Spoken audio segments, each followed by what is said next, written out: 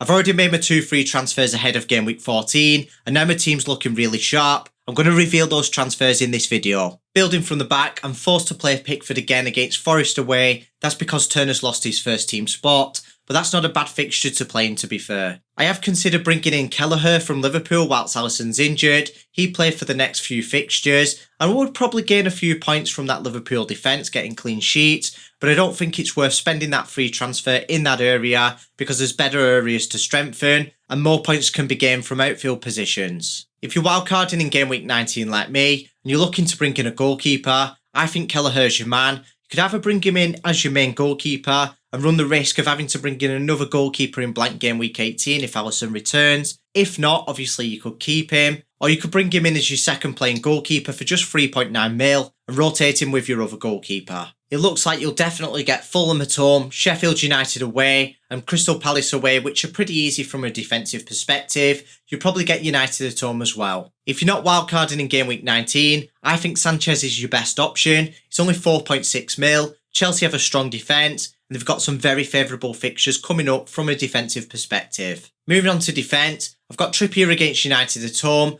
They're not easy opponents to face, but Newcastle's got a decent defence, and they have got the home advantage. And even with the clean sheet odds being lower than usual, he does compensate for that with the attacking threat that he provides. Someone who's not struggling for clean sheet odds is Gabriel against Wolves at home. Arsenal have got the highest clean sheet odds this game week with 52%, so they're more likely to keep a clean sheet than not. That's unsurprising if you look at the defensive numbers. They've got the lowest expected goals conceded figure in the whole league so far this season. My last starting defender is Tsimikas against Fulham at home, and Liverpool have the second highest clean sheet odds. Whilst his expected minutes are a little bit risky, it's worth starting him for the high upside. Matty Cash is on the bench against Bournemouth away. He did only play half a match in the last fixture, and his expected minutes are slightly lower than usual. I still don't think he's a bad defender to start this game week. If I didn't have one of my 3 starting defenders, I'd just slot him right in there. I don't think I'd sell him this game week. However, I would probably sell him next game week. That's certainly something I'll be considering because he faces City, then Arsenal in back-to-back game weeks. At least he offers some decent insurance on the bench this game week. My other 2 players on the bench are Baldock and Asula from Sheffield United. They face Burnley away. Now, I don't know if you remember last game week, but I did put Asula ahead of Baldock on the bench. That's because he had a difficult fixture from a defensive perspective, and they could have got minus points there. Now, this game week, I don't think Burnley away is a difficult fixture. Obviously, Sheffield United don't have the best of defences, but the clean sheet odds aren't too bad, and Baldock's got much higher expected minutes than Asula. He tends to get scrappings towards the end of the game, so he'd probably only come on for a 1-pointer anyway. I prefer to have Baldock ahead of Asula. In midfield, I've still got the double up of Bruno and Rashford, but surprise, surprise, I'm going to sell both of them this game week. Throughout the season, I've not been too bothered about holding Bruno. As for Rashford, he costs more and he's been providing less, so I've really wanted to ship him on. The problem was that I had a fire to put out every game week, so I had to spend my free transfer on that. One thing I kept doing was putting it off, thinking I'll sell him next game week, then another fire appeared that I had to put out, which was quite unfortunate, but what I wish I would have done right from the start is just sold him for a hit. Then I could have spent those free transfers on other fires to put out, and would have gained a lot more points, but that's just benefit of hindsight. Fast forward to 3 game weeks ago, where United got to play Fulham away, Luton at home and Everton away. I am a fixture man, so I kept them both. Now, Rashford didn't play in the first match, and he did blank in the second, but he's just got an 8-pointer against Everton. That's a bit of a farewell, but he's nowhere near made up for the rest of the season. As for Bruno, I got much more from him. He got an 11-pointer, yeah, he blanked after that, but then he got another 6-pointer. I'd say 20 points in those 3 game weeks is good. I couldn't wait to see the back of Rashford. However, Bruno's form has picked up. Like I said, he got that 11-pointer, then the 6-pointer as well, and that would have been much more if he didn't give the penalty to Rashford. I think he'd give it to him because they were already winning. He just wanted to give him some confidence. But if Bruno takes that penalty, he'd probably convert it and have a double-figure haul again. It's worth noting that his form carried on into the Champions League as well, where he got a goal and an assist in the last match. So you might be wondering, why are you selling Bruno then? Well, for a start, they've got Newcastle away, Chelsea at home, and Liverpool away in the next 4 fixtures. Don't forget I am wildcarding in game week 19, and there's only 5 game weeks left anyway. And another thing that's worth pointing out that you might not have noticed, that he's on 4 yellow cards. If he gets a 5th one, he will be suspended for one of those matches. Before we move on to the next player, I'm going to set you a little challenge. See if you can guess which 2 midfielders are brought in. So after selling Rashford and Bruno and combining that figure with the money in the bank, I had 18.6 mil budget. I'll reveal which two players are brought in later on in the video,